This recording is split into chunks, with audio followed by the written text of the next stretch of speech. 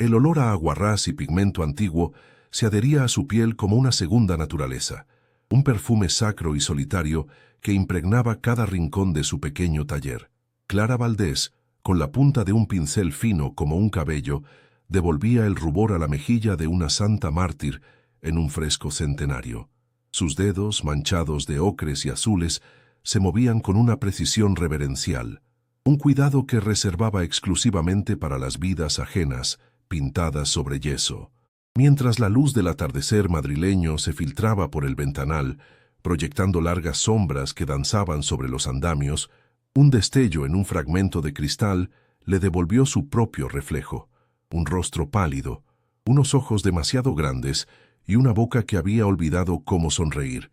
En la belleza que creaba para otros, solo encontraba el eco de su propio vacío, la confirmación de una vida suspendida, intacta y dolorosamente hueca.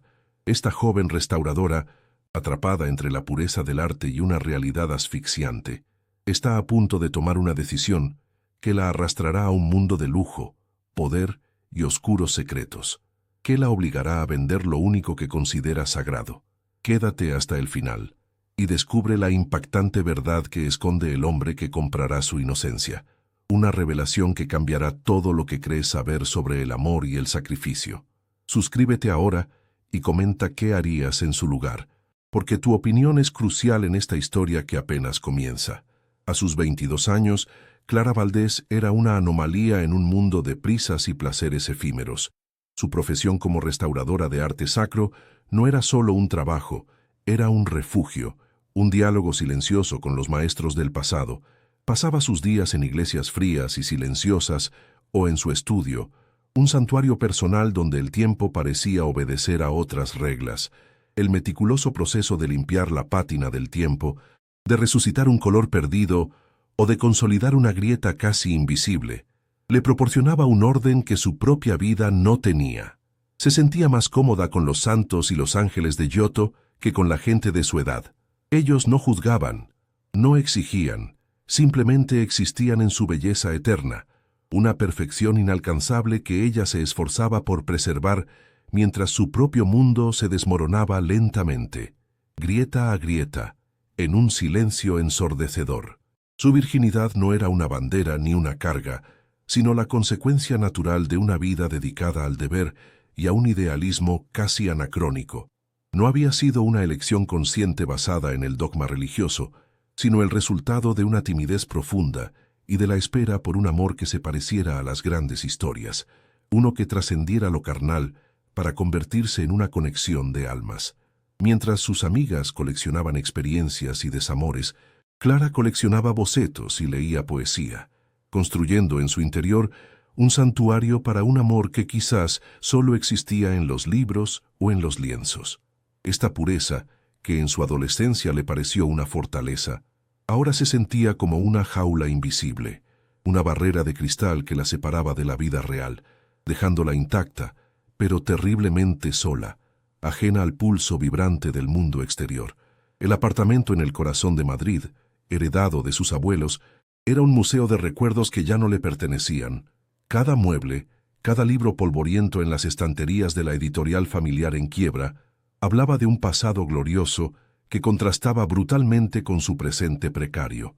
El silencio en las habitaciones era denso, pesado, solo roto por el tic-tac de un viejo reloj de pared que parecía contar los segundos hacia un desastre inevitable. Clara se movía por los pasillos como un fantasma, una guardiana de reliquias familiares que la anclaban a un destino que no había elegido.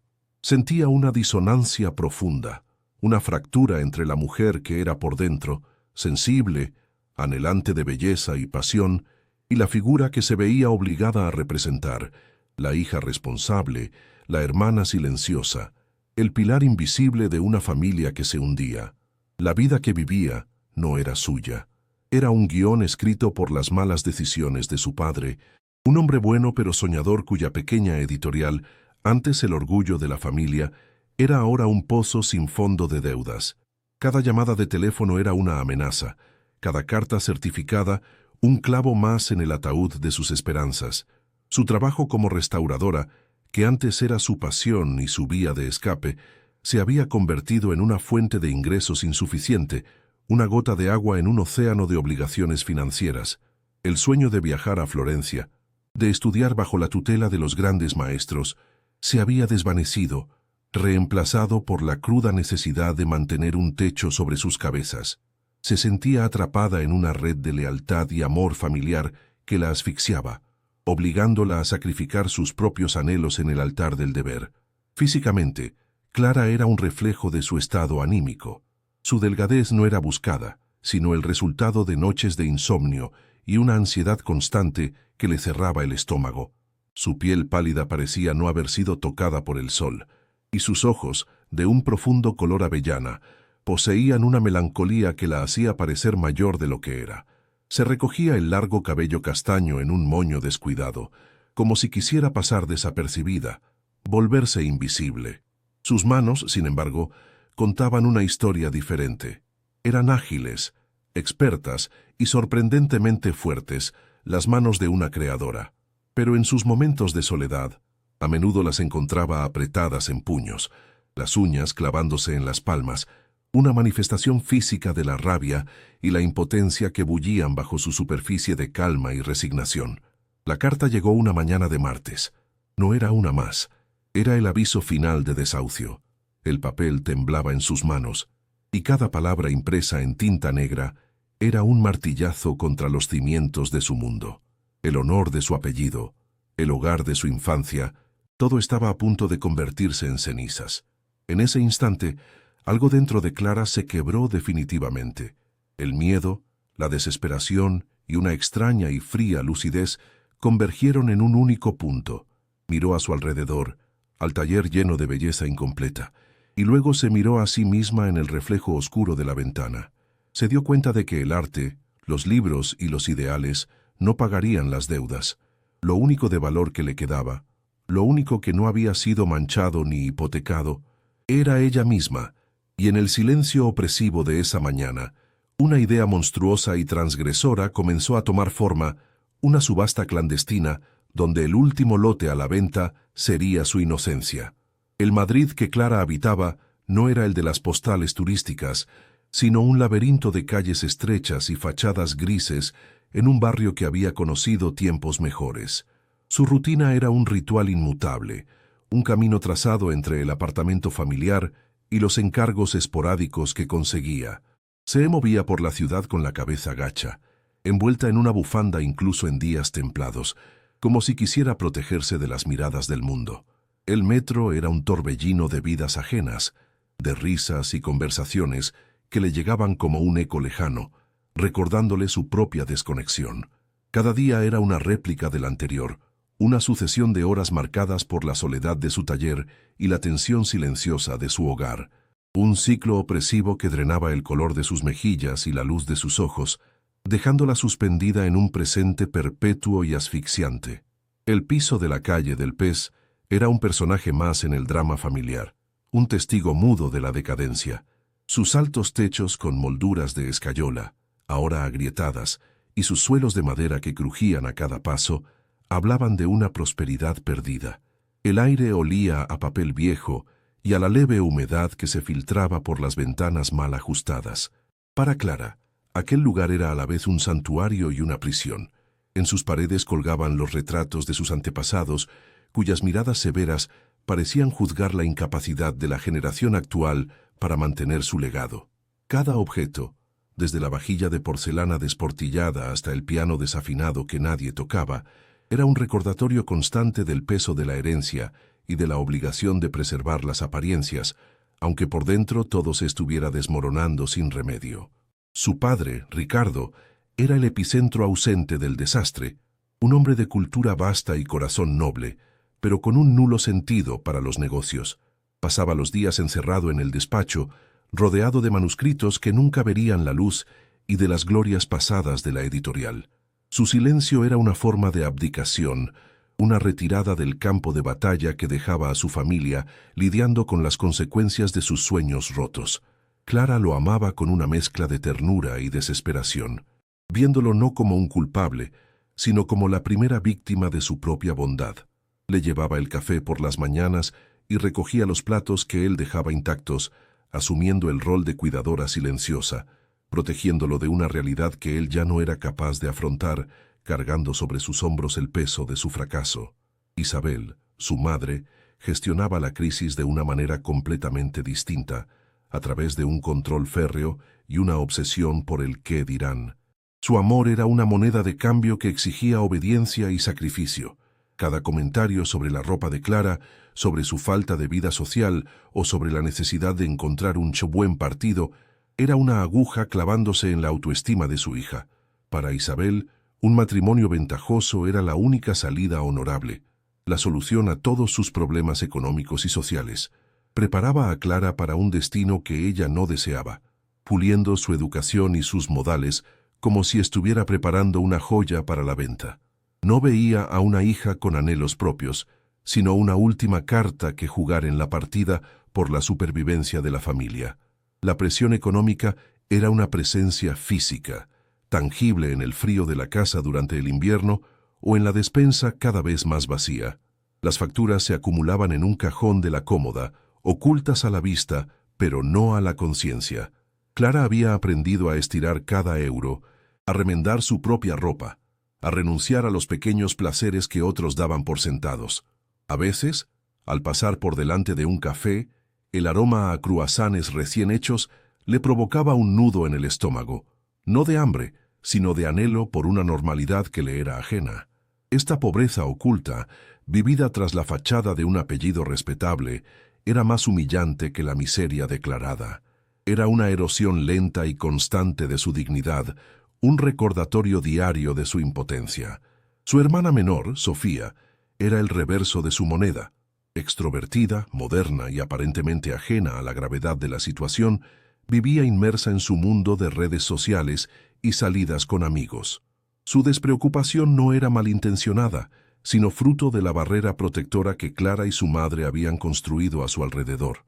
Sin embargo, a veces sus comentarios, cargados de una inocencia cruel, herían a Clara profundamente. «¿Por qué nunca sales? ¿No te aburres siempre aquí metida?», le preguntaba, sin comprender que la reclusión de su hermana era el precio de su propia libertad. Sofía representaba todo lo que Clara no podía ser, y su vibrante juventud era un espejo que le devolvía el reflejo de una vida que se le estaba escapando entre los dedos. En las raras ocasiones en que se veía obligada a asistir a una reunión familiar, Clara se sentía como una antropóloga estudiando una tribu extraña. Las conversaciones giraban en torno a hipotecas, ascensos laborales y destinos de vacaciones exóticas, temas que pertenecían a un universo paralelo. Sus tíos y primos la trataban con una condescendencia amable, refiriéndose a su trabajo como un hobby encantador, e insistiendo en que ya era hora de que sentara la cabeza. Ella sonreía, asentía y se refugiaba en un rincón, observando las interacciones con una distancia casi clínica. Cada una de esas reuniones reforzaba su convicción de que no encajaba en ningún sitio, de que era una pieza de un puzzle antiguo en un mundo que había cambiado las reglas del juego sin avisarle. La virginidad de Clara, en el contexto de su familia, se había convertido en un símbolo.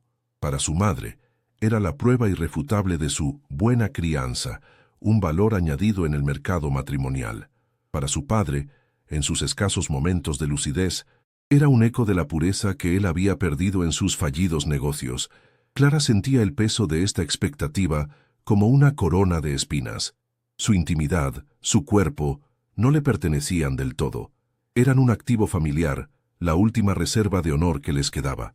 Esta presión moral la ahogaba, transformando lo que había sido una consecuencia de su timidez en una obligación, una virtud impuesta que la hacía sentirse aún más aislada y anormal en un mundo que celebraba la experiencia y la libertad personal. El sueño de Florencia era su herida secreta.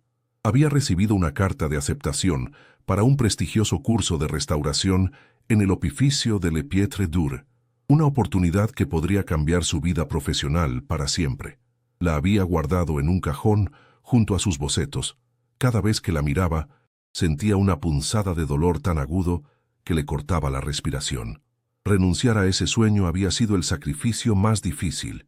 No se lo había dicho a nadie, asumiendo la decisión en silencio para no añadir más culpa a la carga de su padre. El arte, que había sido su refugio, se convertía así en la medida de todo lo que estaba perdiendo, un recordatorio constante de la vida que podría haber tenido si no estuviera encadenada al deber. Una tarde, mientras limpiaba el despacho de su padre, encontró el aviso final del banco.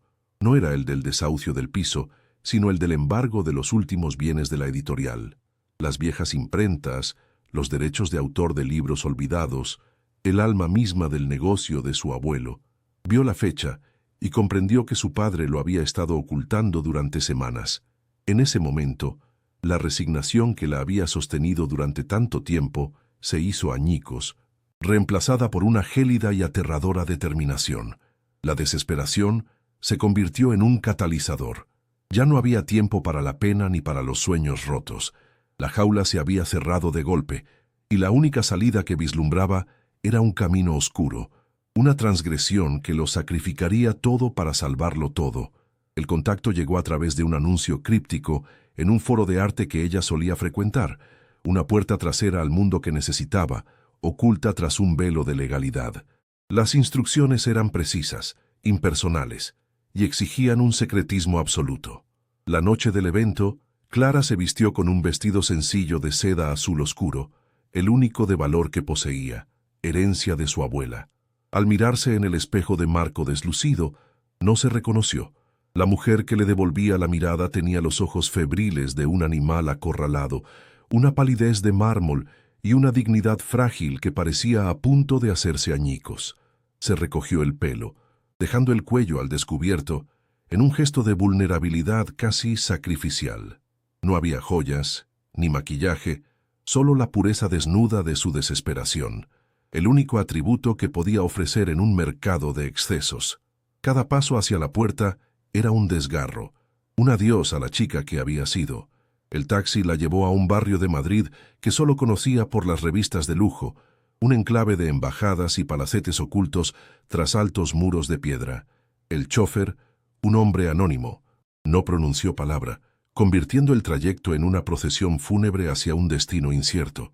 Las luces de la ciudad se difuminaban tras la ventanilla, creando estelas de neón que parecían llorar por ella.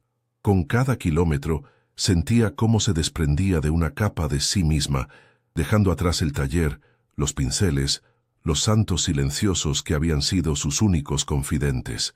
Al llegar a una imponente puerta de hierro forjado sin ninguna identificación, el miedo se solidificó en su estómago, frío y pesado como el plomo. Este era el umbral, el punto de no retorno. Al cruzarlo, ya no sería Clara Valdés, la restauradora de sueños ajenos, sino un objeto, un lote a la espera de un comprador.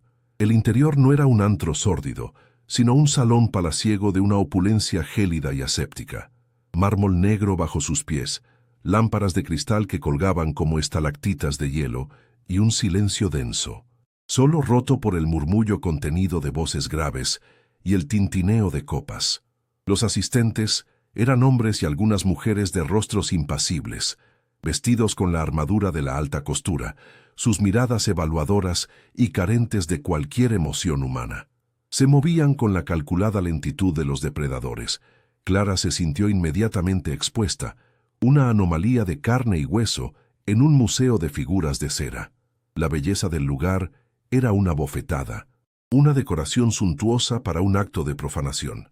Nadie la miraba directamente, pero sentía el peso de cientos de ojos invisibles diseccionando su miedo, su juventud, su valor de mercado en aquel teatro de poder y carne. En un balcón privado que dominaba el salón, alejado de la multitud, una figura permanecía inmóvil en la penumbra. Damián Blackwood no necesitaba mezclarse. El poder que emanaba creaba un vacío a su alrededor. Vestido con un traje oscuro cortado a la perfección, su silueta era una cuchillada de tinta en la luz dorada. Su rostro, de rasgos afilados y aristocráticos, era una máscara de control absoluto, pero sus ojos, de un gris tormentoso, delataban un alma vieja, cansada de ver demasiado. En los círculos financieros lo llamaban el espectro, un hombre sin pasado conocido que había construido un imperio logístico global sobre las ruinas de sus competidores. Su reputación era una mezcla de temor reverencial y mitos oscuros. Se decía que no tenía corazón, solo un instinto infalible para la adquisición y una soledad tan profunda que helaba a quienes se acercaban demasiado. Damián no había acudido allí por deseo. Hacía años que el placer había perdido todo su atractivo, convirtiéndose en una transacción más predecible y vacía. Asistía a estos eventos por una inercia nihilista, una forma de recordarse a sí mismo la podredumbre que se escondía bajo el barniz de la civilización. Observaba la escena con un desapego clínico, viendo a las personas como piezas en un tablero, movidas por la codicia, la lujuria o la desesperación. Se consideraba a sí mismo un observador en el purgatorio, un hombre que había perdido la capacidad de sentir algo más allá de la sombra de un dolor antiguo, una herida interna que ni toda su fortuna podía sanar. El mundo era un mercado, y él lo había comprado todo, solo para descubrir que seguía estando fundamentalmente en bancarrota en el único aspecto que importaba, el alma. Cuando anunciaron el lote especial, una joven de procedencia intachable, la atención del salón se agudizó. Clara fue conducida a una pequeña tarima bajo un foco de luz blanca que la desnudaba sin piedad. El corazón le martilleaba en los oídos, ahogando la voz del subastador que describía sus cualidades, con la misma entonación que usaría para un caballo de carreras o una antigüedad. Ella mantuvo la vista fija en un punto de la pared opuesta, tratando de disociarse, de convertirse en uno de los frescos que restauraba, una figura bidimensional, inmune al tacto y al juicio. Las primeras pujas fueron bajas, casi insultantes, murmullos de hombres que jugaban con su humillación. Cada oferta era un latigazo, y sintió cómo las lágrimas quemaban sus párpados, pero se obligó a no derramarlas. La dignidad era lo último que le quedaba por perder. Desde su balcón, Damián levantó la vista con aburrida indiferencia, pero en el instante en que sus ojos se posaron en el rostro de Clara, el mundo se detuvo. El aire abandonó sus pulmones en una exhalación sorda. No era posible. La misma palidez, los mismos ojos inmensos y asustados, la misma curva de la boca que temblaba entre el orgullo y el pánico. Un fantasma. El fantasma de Helena se había materializado en aquel escenario profano, 20 años más joven, pero idéntica en cada detalle insoportable. La máscara de hielo de Damián se resquebrajó, revelando una vulnerabilidad cruda y violenta. El dolor, el recuerdo y una furia protectora surgieron de las profundidades de su ser con la fuerza de un tsunami. Aquella aparición no era una coincidencia, era una segunda oportunidad o una condena, y en ese momento no supo distinguirlas. Sin apartar la vista de ella, hizo un gesto casi imperceptible a su asistente, que estaba a su lado. El hombre se inclinó y luego, con voz clara y firme que cortó el murmullo de las pujas, anunció una cifra. No era una puja, era un final, una suma tan astronómica que provocó un silencio sepulcral en el salón. Las cabezas se giraron, buscando el origen de aquella oferta que no solo compraba una noche, sino que parecía querer comprar el pasado, el presente y el futuro. El subastador tartamudeó, repitiendo el número con incredulidad. No hubo contraofertas. Nadie se atrevía a desafiar a Damián Blackwood, y menos cuando su mirada prometía una aniquilación silenciosa. Con un golpe seco de mazo, la transacción quedó sellada.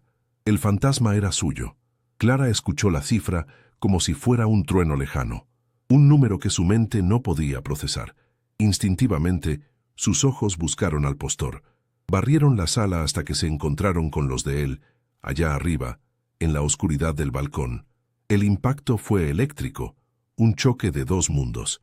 En su mirada no encontró la lascivia que esperaba, sino algo infinitamente más complejo y aterrador, una posesividad absoluta, un reconocimiento que no tenía sentido y un dolor tan profundo que la dejó sin aliento. Se sintió atrapada en ese hilo invisible que se había tendido entre ellos, un vínculo instantáneo y cargado de una tensión insoportable.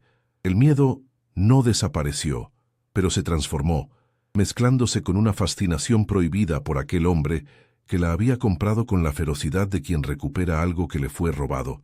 Fue escoltada fuera de la tarima mientras el salón recuperaba lentamente su murmullo.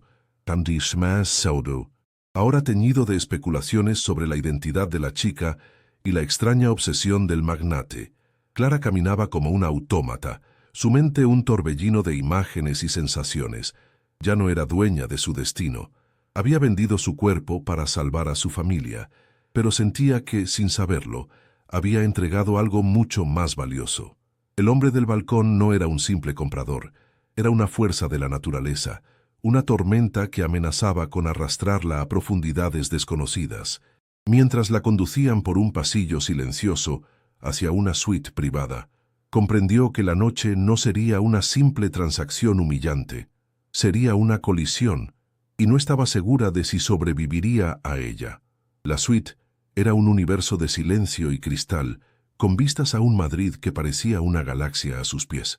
El lujo era tan abrumador que resultaba violento, un decorado impersonal para la transacción más íntima. Damian Blackwood no le dirigió la palabra al entrar. Se movió por el espacio con la familiaridad de un fantasma, despojándose de la chaqueta con un gesto fluido y preciso. Clara permaneció junto a la puerta, anclada por el terror, sintiéndose una intrusa, una mancha de realidad en aquel mundo de superficies pulidas y emociones contenidas. Él no la miraba como un hombre mira a una mujer, sino como un coleccionista examina una pieza recién adquirida, con una distancia analítica que era más aterradora que cualquier atisbo de lujuria. El aire era gélido, cargado de una expectativa que no tenía nada que ver con el placer, sino con un ritual antiguo y doloroso. El primer encuentro fue una profanación silenciosa. Él la condujo a la cama con una mano firme en su espalda, un contacto desprovisto de cualquier calidez. Sus movimientos eran mecánicos, eficientes, como si estuviera siguiendo un guión escrito en su memoria. Clara cerró los ojos, convirtiendo su cuerpo en un templo vacío, un lugar del que su alma había huido. Esperaba dolor, brutalidad, pero lo que encontró fue una desconexión absoluta. Él estaba físicamente sobre ella, pero su mente, su esencia, parecía estar a miles de kilómetros o a 20 años de distancia. Era un acto despojado de pasión, un exorcismo metódico en el que ella era simplemente el recipiente, el catalizador de un recuerdo que la consumía sin siquiera conocerla. Sintió el desgarro físico, pero fue el frío de su ausencia lo que realmente la hirió, dejándola más sola que nunca en la intimidad más forzada. Cuando todo terminó, él se apartó de inmediato, dándole la espalda. El silencio que cayó sobre la habitación era más pesado que cualquier palabra. Clara se quedó inmóvil, hecha un ovillo bajo las sábanas de seda egipcia que se sentían como hielo contra su piel febril. La humillación era una marea negra que amenazaba con ahogarla, pero bajo ella bullía una extraña confusión. Aquello no había sido el acto lascivo de un hombre poderoso comprando un capricho. Había sido algo más oscuro, más complejo. Se sentía como si hubiera participado en una ceremonia cuyo significado se le escapaba por completo. Miró su silueta recortada contra el ventanal panorámico. Un hombre que poseía el mundo a sus pies, pero que parecía el ser más solitario del universo. La ausencia de placer en él era el enigma más perturbador de todos. Después de un tiempo que le pareció una eternidad, su voz rompió el silencio, grave y despojada de inflexiones. «Tus manos», dijo sin volverse. «¿Qué les ocurre?» Clara se sobresaltó, bajando la mirada hacia sus propios dedos, manchados por restos de pigmento que no había logrado quitar del todo. La pregunta era tan inesperada, tan ajena a la situación, que la desarmó. «Soy restauradora de arte», susurró, su voz ronca por el desuso y el miedo. «Restauro frescos. En iglesias». Él permaneció en silencio unos segundos, procesando la información. Aquel breve intercambio, tan extrañamente normal, fue una grieta en la irrealidad de la noche. Por un instante, no era un objeto, sino una persona con una profesión, con una vida más allá de aquellas 4 paredes, y esa pequeña concesión de humanidad la asustó casi tanto como su indiferencia inicial. El segundo encuentro fue diferente. La precisión mecánica había sido reemplazada por una urgencia controlada, una tensión que vibraba en sus manos cuando la sujetó. Esta vez, sus ojos grises se clavaron en los suyos, pero no la veían a ella. Buscaban algo, o a alguien, en las profundidades de su mirada, con una desesperación que se filtraba a través de su férreo autocontrol. Clara sintió un escalofrío que no era solo de miedo. Vio el tormento en su rostro, la lucha interna de un hombre que se forzaba a revivir un momento a través de un cuerpo extraño. Su propia respuesta física fue una traición a su voluntad, una involuntaria inclinación hacia el epicentro de su dolor, una empatía peligrosa que comenzaba a germinar en el terreno baldío de su humillación. Estaba empezando a ver al hombre roto detrás del monstruo, y esa visión era infinitamente más peligrosa.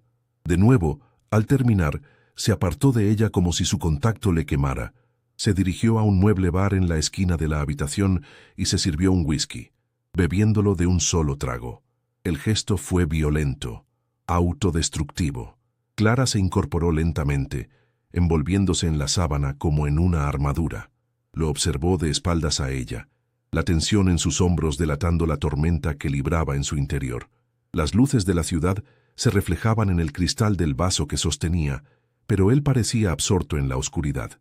En ese momento, no era Damián Blackwood, el magnate todopoderoso, sino un prisionero de su propio pasado, condenado a repetir un castigo noche tras noche. La inmensa suite se había convertido en su celda, y ella, sin quererlo, era su carcelera y su compañera de condena. Él se giró y caminó hacia el baño contiguo, regresando con una bata de seda. La dejó sobre la cama, a una distancia prudencial, sin mirarla. «Cúbrete», ordenó, su voz más áspera que antes. Era un gesto de pudor casi absurdo en aquellas circunstancias, una contradicción que la dejó perpleja. Al coger la prenda, sus dedos rozaron la tela todavía tibia por el contacto de sus manos. Ese calor residual, esa mínima evidencia de su humanidad, fue más íntimo que todo lo anterior. Se la puso, sintiendo la suavidad de la seda contra su piel herida. El acto de cubrirse no solo la protegía de su mirada, sino también de la suya propia, del reflejo de la mujer en la que se estaba convirtiendo, una extraña en su propio cuerpo, navegando en un mar de sensaciones prohibidas y contradictorias. El tercer encuentro comenzó sin palabras, con una lentitud casi reverencial. Él se acercó y, en lugar de empujarla sobre la cama, le apartó un mechón de pelo de la cara. Sus dedos, fríos por el vaso de whisky, rozaron su mejilla en una caricia que no era tierna, sino inquisitiva. Estaba memorizando su rostro, comparándolo con el fantasma de su memoria.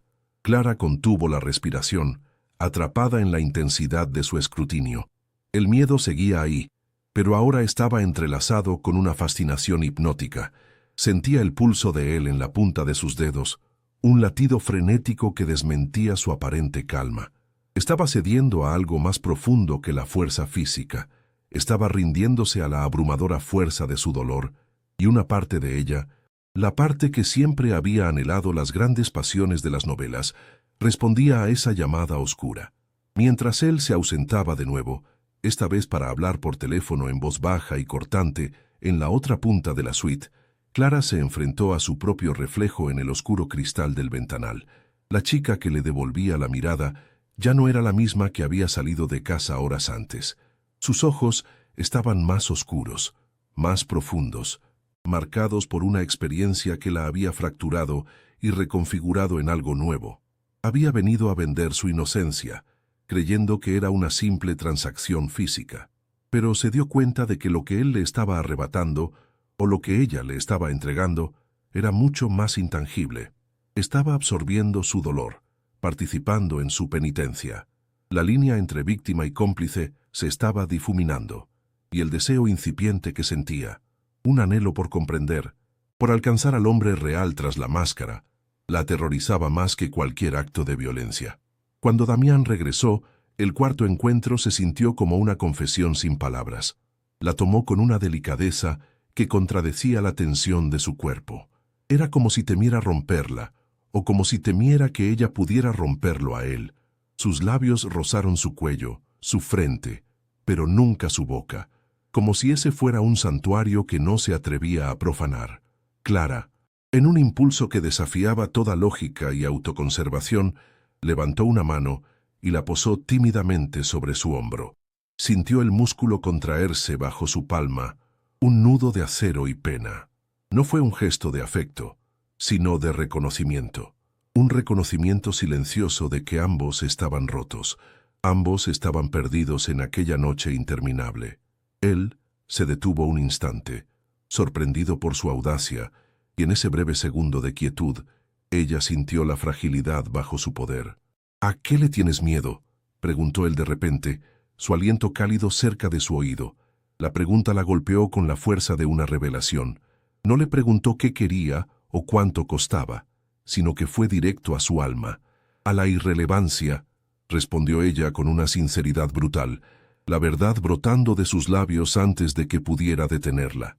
A desaparecer sin haber dejado una sola marca de belleza en el mundo. A que mi vida no signifique nada.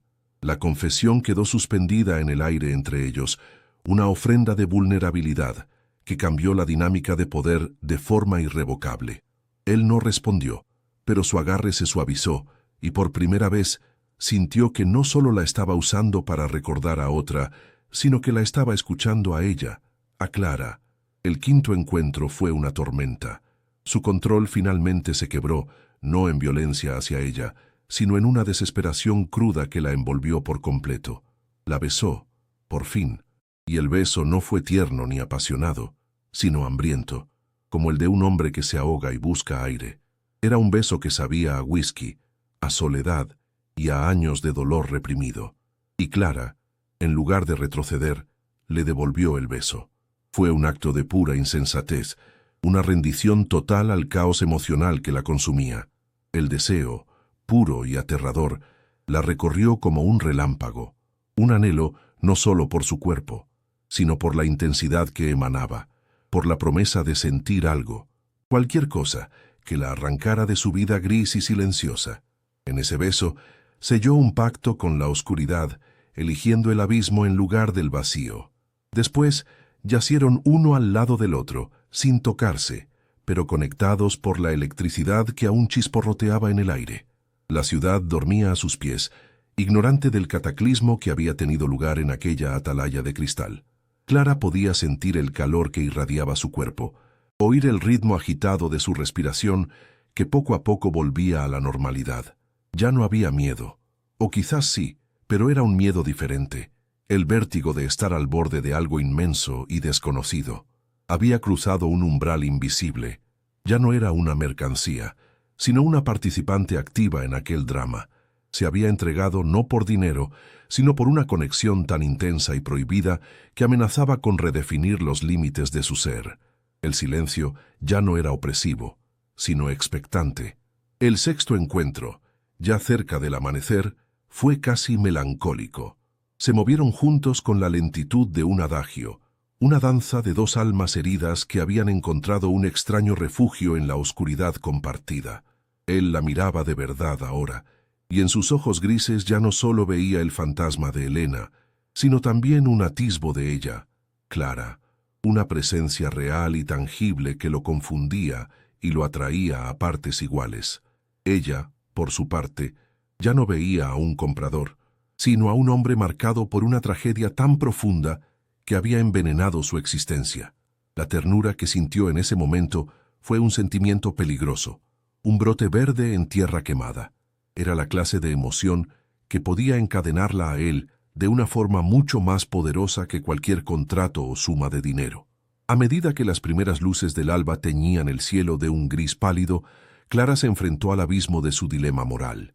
El plan había sido simple: soportar una noche, coger el dinero y salvar a su familia. Un sacrificio limpio, aunque doloroso. Pero la noche no había sido limpia. Había sido un enredo de emociones, un intercambio de vulnerabilidades, una colisión de almas.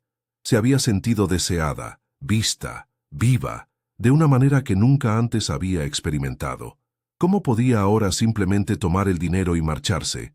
Ceder a la atracción que sentía por Damián era traicionar todo en lo que creía. Era aceptar un mundo de sombras y dolor.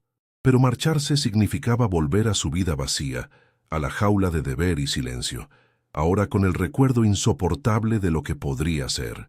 El séptimo y último encuentro fue una despedida silenciosa. No hubo pasión, solo una quietud cargada de significado.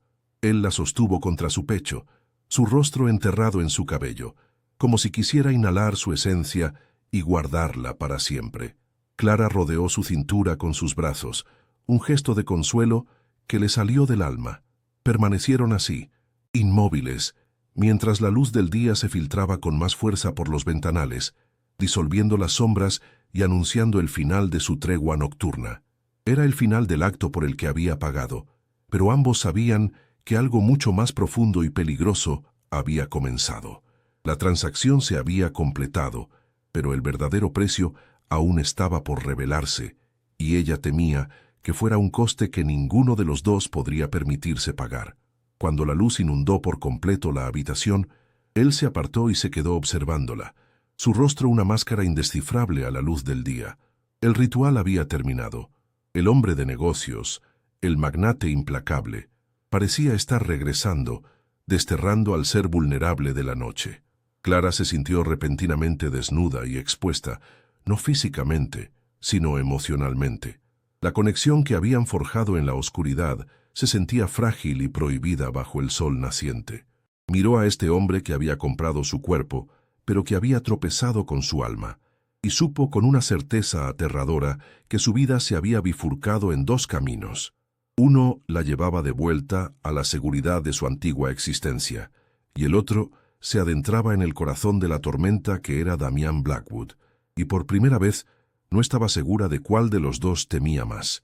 El alba se filtraba por los inmensos ventanales no como una promesa, sino como un juez. La luz grisácea y lechosa de Madrid al despertar se derramaba sobre la suite, despojando a los objetos de sus sombras y revelando una realidad cruda y sin artificios. Clara yacía inmóvil, con los ojos abiertos, escuchando la respiración acompasada de Damián a su lado. El agotamiento pesaba en sus miembros como plomo, pero su mente era un hervidero de sensaciones, un lienzo sobrecargado de colores violentos y trazos febriles. La noche había sido un cataclismo, una sucesión de réplicas sísmicas que habían demolido los cimientos de su identidad. Ahora, con el silencio de la mañana, se sentía como una ciudad en ruinas, esperando descubrir qué había quedado en pie. El hombre a su lado, tan vulnerable en el sueño como implacable en la vigilia, era el epicentro de esa devastación, y a la vez el único refugio posible. Fue entonces cuando la luz, al incidir con un ángulo preciso sobre el torso desnudo de Damián, le reveló un secreto que la oscuridad había ocultado. Justo sobre su corazón, la piel no era lisa y uniforme, sino que estaba marcada por una cicatriz profunda, antigua y de un blanco nacarado. No era una simple línea, sino un cráter irregular, el vestigio de una violencia brutal que había desgarrado la carne para anidar cerca del órgano vital. Su ojo de restauradora, acostumbrado a leer las historias de las fisuras en el yeso y la madera, vio en aquella marca no una imperfección, sino una herida estructural, el punto exacto donde el hombre se había quebrado. Era una cicatriz de bala. La certeza la golpeó con una frialdad que le recorrió la espina dorsal. Aquella marca era la clave del enigma, la fuente del dolor que emanaba de él como un frío perpetuo. Un impulso, irracional y primigenio, se apoderó de ella, silenciando la voz de la prudencia que le gritaba que no se moviera, que no cruzara esa última frontera. Lentamente, con un cuidado infinito, como si estuviera a punto de tocar el pigmento frágil de un fresco del Quattrocento, levantó la mano. Sus dedos, que conocían la delicadeza de la materia herida, temblaban ligeramente. El acto de tocarlo allí, en el epicentro de su vulnerabilidad, era la transgresión definitiva. No era parte del contrato, no era un acto sexual, era un gesto de pura e insensata intimidad. Rozó el borde de la cicatriz con la yema del índice. La piel era dura, un tejido muerto sobre un corazón que latía con una fuerza feroz bajo su palma. En ese contacto, el abismo entre ellos se cerró en un instante vertiginoso y aterrador. La reacción de Damián fue sísmica. Su cuerpo se convulsionó bajo el toque de Clara, como si le hubieran aplicado una descarga eléctrica. Un quejido sordo, gutural, escapó de sus labios y sus ojos se abrieron de golpe. Pero la mirada que la encontró no era la del magnate frío o el amante atormentado, era la de un hombre que se ahoga, la de un animal atrapado en una trampa de la que lleva años intentando escapar. El pánico desnudo y la sorpresa anegaron sus facciones, borrando cualquier vestigio de control. La sujetó por la muñeca, su agarre de acero, pero no para apartarla, sino para anclarla, para asegurarse de que era real. El contacto de su piel contra la de ella era febril, y en el silencio atronador de la habitación, sus respiraciones se convirtieron en el único sonido del universo. «¿Qué haces?», susurró él, y su voz no era una orden, sino una súplica rota. El poder se había evaporado, dejando solo la cáscara de un hombre devastado. Clara no retiró la mano, soportó la intensidad de su mirada, una tormenta de recuerdos y dolor que amenazaba con arrastrarla. «Veo una herida que no ha sanado», respondió ella, su propia voz, sorprendiéndola por su firmeza. «Como las grietas que restauro, se pueden disimular, pero si no se tratan desde el fondo, terminan por destruir toda la obra». La metáfora, extraída de su propio mundo, pareció desarmarlo por completo. Su agarre en la muñeca de ella se aflojó, convirtiéndose en un gesto casi de súplica, como si sus palabras hubieran tocado el nervio expuesto de su alma. Él cerró los ojos un instante, como si la luz del día y la verdad en las palabras de ella fueran demasiado para soportar. Cuando los volvió a abrir, la tormenta se había calmado, dejando paso a una desolación infinita. «Esta cicatriz», comenzó, su voz apenas un murmullo ronco, «es todo lo que me queda de ella. Es el recuerdo físico de la noche en que me la arrebataron». La confesión cayó entre ellos, pesada y afilada como un fragmento de cristal. Clara contuvo el aliento, sintiendo que estaba profanando un terreno sagrado. Sus enemigos, mis enemigos, daba igual. Entraron en nuestra casa. Yo intenté protegerla, pero la bala que debía matarme a mí la atravesó primero. El aire de la habitación se enrareció, cargado con el eco de una tragedia que seguía sangrando 20 años después. El nombre brotó de sus labios como una oración prohibida, un fantasma invocado en la luz del amanecer. Elena, el nombre lo explicó todo. La obsesión, el ritual de las 7 veces, la distancia gélida, la desesperación en sus besos. Cada pieza del rompecabezas encajó con una precisión cruel. Ella era todo, la única pieza de belleza real en un mundo de mentiras que yo mismo había construido. Y yo la llevé a ese mundo, y ese mundo la devoró. Su mirada se perdió en el rostro de Clara, pero ahora ella entendía que no la veía solo a ella, sino que su imagen se superponía con la de un recuerdo imborrable, una herida que el tiempo no había hecho más que infectar. La verdad era más terrible y más íntima de lo que jamás hubiera podido imaginar. Entonces la miró fijamente, y la revelación final la golpeó con la fuerza de un maremoto. «Y tú», dijo, su voz quebrándose, «eres idéntica a ella. Cuando te vi en ese escenario, pálida y asustada, pero con fuego en los ojos, fue como si el tiempo se hubiera plegado sobre sí mismo. Fue como si Dios, o el diablo, me estuviera dando una segunda oportunidad para enmendar la peor noche de mi vida». La confesión la dejó sin aire. No era un capricho, no era lujuria, era una penitencia. Un intento desesperado y demencial de reescribir la historia usando su cuerpo como papiro. La humillación de ser un sustituto luchó en su interior contra una oleada de compasión tan abrumadora que la hizo tambalearse. Vio la monstruosidad de su acto, pero también el dolor insondable que lo había motivado. En ese instante, Clara Valdés, la restauradora de arte sacro, la Virgen asustada, se rompió para siempre. Y de sus fragmentos nació una mujer que no conocía. El acto de transgresión final no fue físico, sino emocional. En lugar de apartarse con horror, en lugar de reclamar su dignidad herida, hizo lo impensable. Se inclinó hacia él, y con una delicadeza que contradecía la tormenta de su interior, posó sus labios sobre la cicatriz.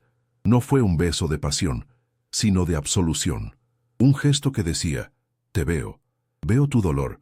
No soy ella, pero estoy aquí». Fue una entrega total, no a su poder ni a su dinero, sino a su humanidad rota.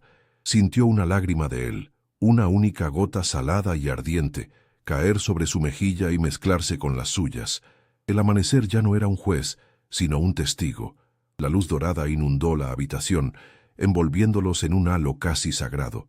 Él la rodeó con sus brazos, atrayéndola hacia sí no con la urgencia de un amante, sino con la desesperación de un náufrago que encuentra tierra firme. La sostuvo contra su pecho herido, y por primera vez en 20 años, Damián Blackwood no estuvo solo con su fantasma. El clímax no había sido de placer, sino de catarsis. Una conexión brutal y sanadora se había forjado en las cenizas de sus respectivos mundos. La transacción había terminado, pero el vínculo acababa de nacer, un lazo tejido con los hilos de la tragedia, la compasión y un deseo tan oscuro y profundo como el abismo al que ambos se asomaban, ahora, cogidos de la mano. El regreso de Damián fue tan súbito y violento como un portazo en una catedral. En el instante en que la luz del sol se afirmó en la habitación, la vulnerabilidad se evaporó de su rostro, reemplazada por una máscara de gélida impenetrabilidad. Se levantó sin mirarla, moviéndose con una eficiencia despojada de cualquier emoción, como si la noche anterior no hubiera sido más que una transacción comercial concluida con éxito. Se vistió en silencio, cada gesto preciso, cada botón abrochado, una barrera más que erigía entre ellos. Clara se quedó inmóvil en la cama, envuelta en las sábanas de seda que ahora se sentían como un sudario. Cuando él se marchó, sin una palabra de despedida, solo dejó tras de sí un maletín de cuero sobre la mesa de caoba y el eco de un silencio más atronador que cualquier grito. El abandono era la consecuencia directa de la intimidad, un castigo por haber visto el alma desnuda del hombre tras el monstruo. El trayecto de vuelta a su barrio fue un descenso a través de las capas de su propia vida, un viaje en sentido contrario desde el cielo de cristal hasta la tierra agrietada de su realidad. El dinero, contenido en un sobre anónimo dentro de su bolso, pesaba como una piedra de molino. Cada semáforo en rojo, cada rostro anónimo en la acera, le parecía un juez silencioso. Madrid, su ciudad, se había vuelto un escenario ajeno, sus calles familiares ahora descoloridas y estrechas en comparación con las vistas panorámicas del ático. Al bajar del taxi, el olor a asfalto húmedo y a panadería de barrio la golpeó con la fuerza de un recuerdo de una vida pasada. Se sintió como una exiliada regresando a una patria que ya no la reconocía, o peor aún, que ella ya no era capaz de reconocer como suya. Llevaba la marca de otro mundo en la piel, una cicatriz invisible que la separaba para siempre de la chica que había salido de casa la noche anterior. Entrar en el apartamento familiar fue como cruzar el umbral de un mausoleo. El silencio polvoriento, el crujido familiar del parqué bajo sus pies, todo lo que antes le proporcionaba una sensación de pertenencia, ahora la asfixiaba. Se movió de puntillas por el pasillo, como una ladrona en su propio hogar, y ocultó el sobre con el dinero en el fondo de un cajón de bocetos, bajo capas de carboncillo y sueños rotos. La yuxtaposición era casi una blasfemia, el precio de su cuerpo escondido entre la pureza de su arte. Se miró en el espejo del recibidor, y la mujer que le devolvió la mirada tenía los ojos de una veterana de guerra, sombreados por un conocimiento que la había envejecido una década en una sola noche. El peso de su secreto la encorvaba, convirtiendo el santuario de su hogar en la primera celda de su nueva prisión. Su familia dormía, ajena al sacrificio que acababa de salvarlos. El encuentro con su madre a la mañana siguiente fue una tortura de sobreentendidos y mentiras piadosas. Isabel notó un cambio en ella, una quietud en sus gestos, una profundidad en su mirada que nunca antes había visto. Lo atribuyó al cansancio, quizás a la resolución de algún problema menor. ¿Has dormido bien, cariño? Pareces diferente, comentó mientras servía el café, su tono una mezcla de preocupación y escrutinio. Clara forzó una sonrisa que no llegó a sus ojos y murmuró una excusa sobre una noche de trabajo intenso. Cada palabra era una falsedad, un ladrillo más en el muro que se estaba construyendo entre ella y su familia. El amor de su madre, antes un ancla, ahora se sentía como una soga, apretándose con cada pregunta inocente, recordándole la magnitud de su engaño. Se dio cuenta de que al salvarlos, se había condenado a sí misma a una soledad insondable.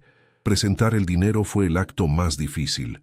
Reunió a sus padres en el despacho de su padre, el epicentro del desastre, y les contó una historia cuidadosamente elaborada sobre un mecenas anónimo, un coleccionista extranjero que había quedado fascinado con su trabajo y le había adelantado una suma considerable por un encargo a largo plazo. La mentira era tan grande, tan improbable, que solo la desesperación podía hacerla creíble. El alivio en el rostro de su padre fue tan absoluto que le partió el corazón. Sus ojos se llenaron de lágrimas de gratitud, un agradecimiento dirigido a una hija que ya no existía. Su madre, más pragmática, examinó el dinero con una mezcla de júbilo y sospecha, pero la necesidad era más fuerte que la duda. Clara soportó sus abrazos sintiéndose una impostora, una heroína en una obra de teatro trágica cuyo guión solo ella conocía. Había comprado su libertad, pero el precio era vivir para siempre como una extraña entre los suyos. Mientras tanto, a kilómetros de distancia, en la cima de un rascacielos de acero y cristal, Damián Blackwood libraba su propia guerra. Su oficina, un espacio minimalista y gélido, era el reflejo de su alma. De pie frente al ventanal, observaba la ciudad sin verla, con un vaso de whisky intacto en la mano. La memoria del amanecer lo asaltaba en oleadas, el tacto de los dedos de Clara sobre su cicatriz, la calidez de su beso de absolución, la insoportable vulnerabilidad que le había provocado. La furia contra sí mismo era un veneno que le quemaba las venas. Había orquestado una noche para controlar un recuerdo, y en cambio, había perdido el control de una manera que no le había ocurrido en 20 años.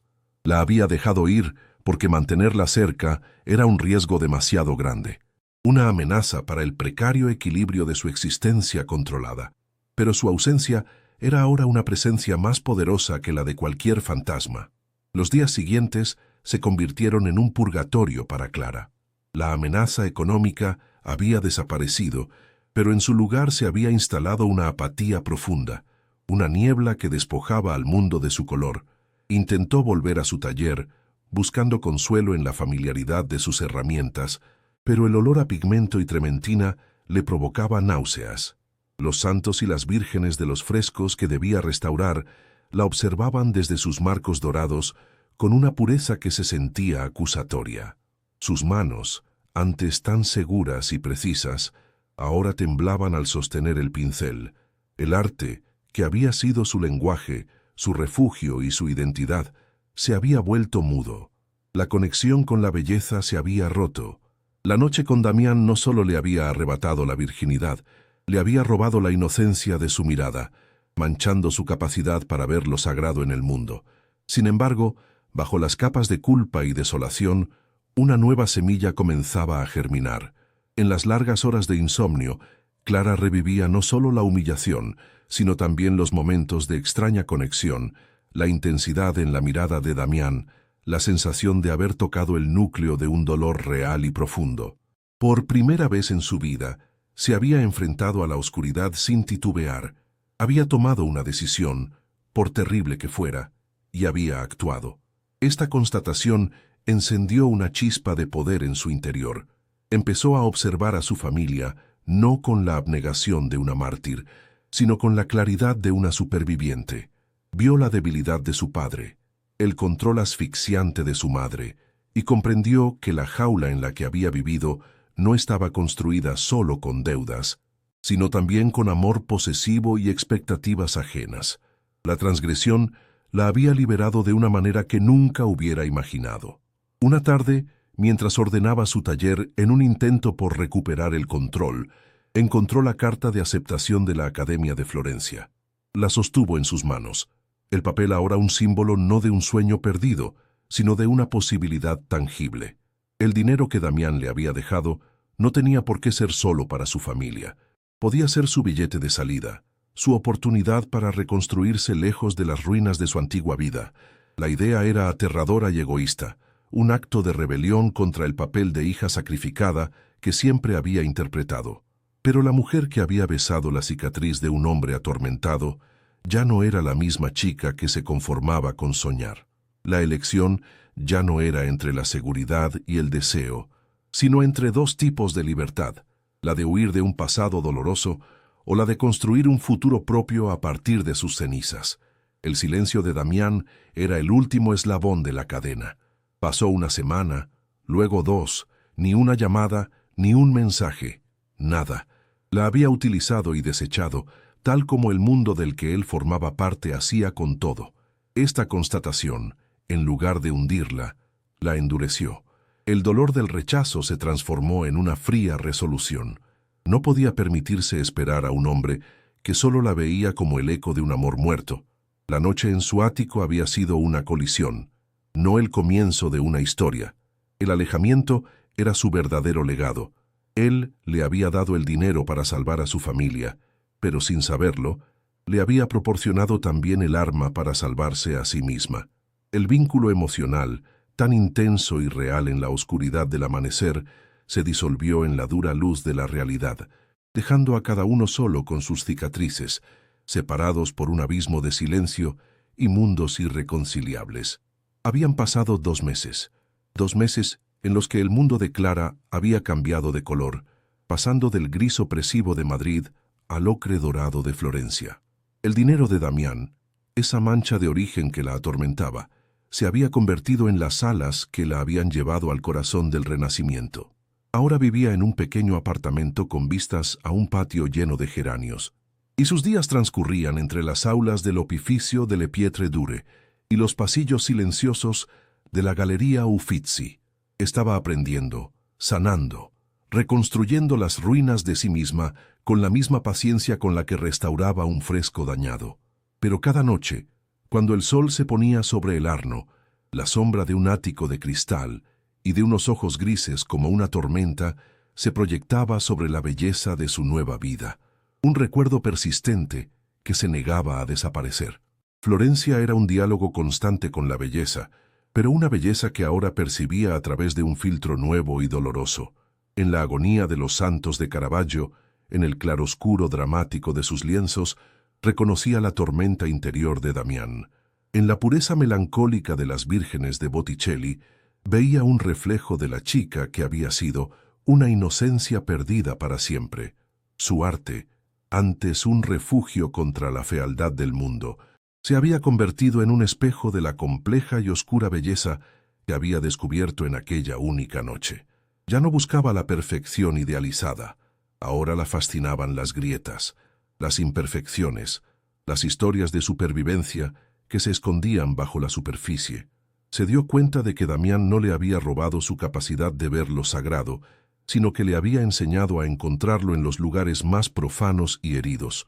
Una tarde, al regresar a su apartamento con el olor a trementina impregnado en la ropa, encontró un paquete esperándola junto a la puerta.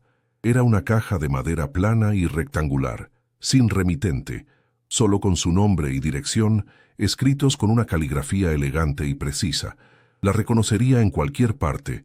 El corazón le dio un vuelco tan violento que tuvo que apoyarse en la pared. El paquete no era pesado, pero se sentía como si contuviera todo el peso del mundo que había dejado atrás. Lo llevó adentro y lo depositó sobre la mesa de trabajo, junto a sus pinceles y pigmentos. Durante casi 1 hora se limitó a observarlo, debatiéndose entre el miedo a reabrir la herida y un anhelo irrefrenable por saber qué había al otro lado de ese silencio de 2 meses.